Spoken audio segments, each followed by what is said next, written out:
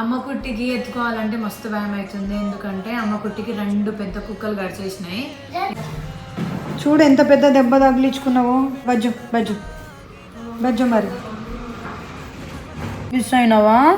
నీకు టచ్ చేయాలంటే భయం వేస్తుంది. నేను వచ్చేసరికి ఇంకా అసలు ఎందుకు కూర్చోబెట్టుకుంటలేదని ఇప్పుడు నేను కింద కూర్చునేసరికి కూర్చుంది.